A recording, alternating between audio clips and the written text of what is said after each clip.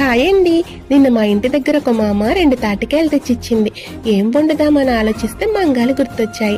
మేము మొన్నే తాటిగారులు వండుకున్నాం కదా, ఈసారి మంగాలు వండుదామని ఫిక్స్ అయ్యాము. మా అంతర్వేదులందరూ వీటిని తాటి మంగాలు లేదా మంగాకుడాలని పిలుస్తారు.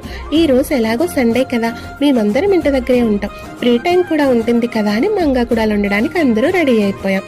మాకైతే ఈ కాయల్ని బాగా చితక్కొట్టి దాని తొక్కు తీయడానికైతే చాలా టైం అయితే పట్టేసింది.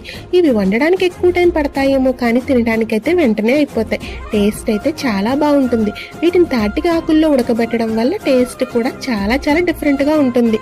మా చెల్లి అయితే ఒక పక్కన కొబ్బరికాయ ఒలిసి ఆ కొబ్బరి నుంచి తిరిమిడంతా కూడా వేరు చేసే పనిలో పడిపోయింది. బెల్లాన్ని కూడా పాపం అదే రెడీ చేసింది. తాటాకులైతే వెళ్ళి నరుక్కొని వచ్చి శుభ్రంగా వాటిని అయితే క్లీన్ చేసేసింది. వీటిలో మనం బెల్లం వేయడం వల్ల టేస్ట్ చాలా చాలా బాగుంటుంది.